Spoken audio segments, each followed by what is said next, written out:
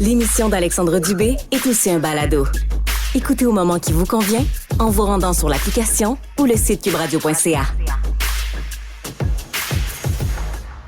À partir du 31 octobre au Québec, la vente de produits de vapotage aromatisés, donc les saveurs dans les vapoteuses, autres que le tabac, ce sera interdit. Ce sera illégal aussi de commercialiser des produits de vapotage avec des éléments d'attrait pour les jeunes.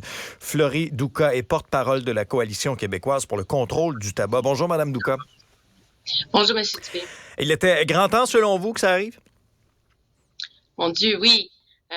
Déjà, là, depuis 2019, on demandait aux divers paliers de gouvernement, entre autres pour le fédéral, mais aussi au provincial par la suite, comme quoi il fallait intervenir sur l'enjeu des saveurs parce que c'était un élément clé dans la mise en marché attrayante des produits de vapotage et puis qui faisait que mousser l'intérêt des jeunes pour ces produits-là.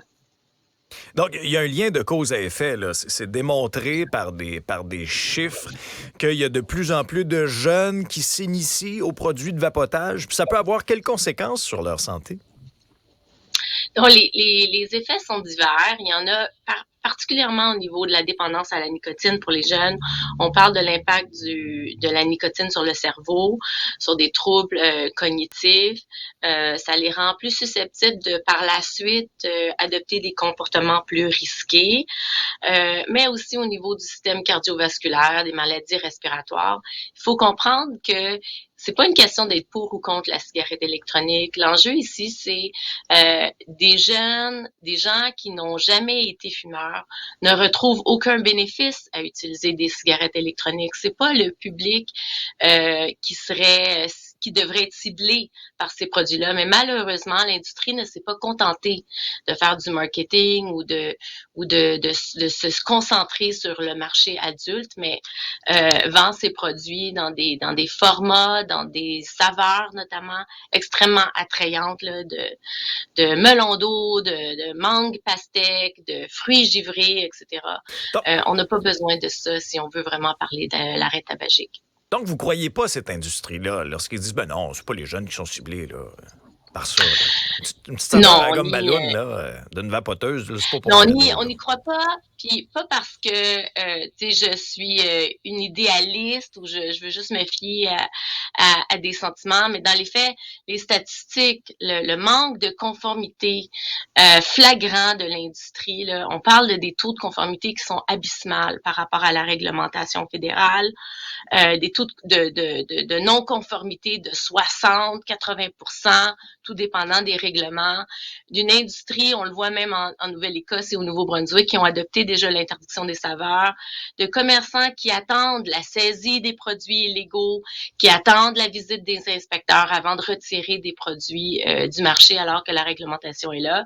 Donc, de façon générale, on fait face à une industrie qui, globalement, est délinquante actuellement au Canada parce que nos lois manquaient de dents, parce qu'on lui a donné beaucoup d'espace pour commercialiser ses produits et ça a eu les impacts horrifiques qu'on connaît. Donc, une hausse flagrante du vapotage chez les jeunes qu'on peine à juguler. Hein. On parle d'une certaine stabilité dans certaines provinces.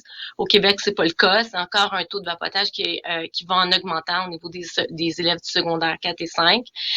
Puis à ça, on a une baisse du tabagisme qui est beaucoup, beaucoup plus modeste. Mais est-ce que la loi va assez loin? Parce que est-ce que vous craignez pas qu'on fasse juste déplacer le problème? Vous savez, sur Internet, on trouve toutes sortes de choses. Fait que ceux qui pourront plus en acheter, par exemple, dans les boutiques qui ont pignon sur rue, vous savez bien qu'ils vont se tourner vers Internet, mais ils vont pouvoir en avoir quand même. Là.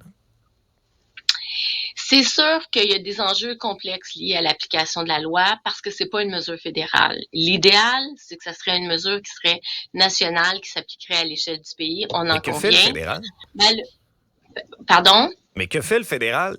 Parce que le fédéral Pas grand-chose, je dirais. Ils sont, jusqu'à maintenant, ils ont été très à l'écoute du lobby de vapotage.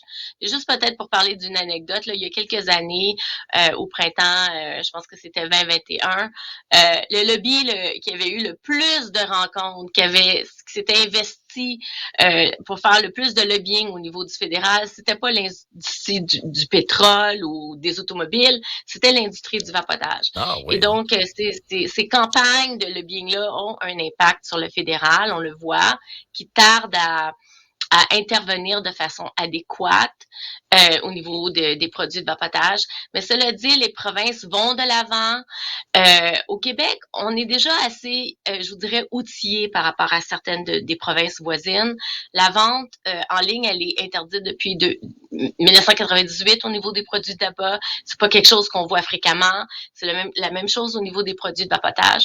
Mais c'est sûr, hein, quand des fabricants commercialisent en ligne des produits, par exemple, qui sont vendus en Ontario puis qui se vendent on parle de vapoteuses, dans des paquets de 10, il faut se poser des questions. Hein? À quel point ça vient favoriser la revente ou faciliter la revente. C'est sûr qu'il y aura des enjeux, mais au Québec, on a une stratégie de lutte à la contrebande qui s'est avérée efficace. On voit pas une hausse de la contrebande malgré l'adoption des règlements puis des hausses de taxes là, depuis les 10 dernières années. Puis l'interdiction de la vente en ligne devrait nous aider aussi.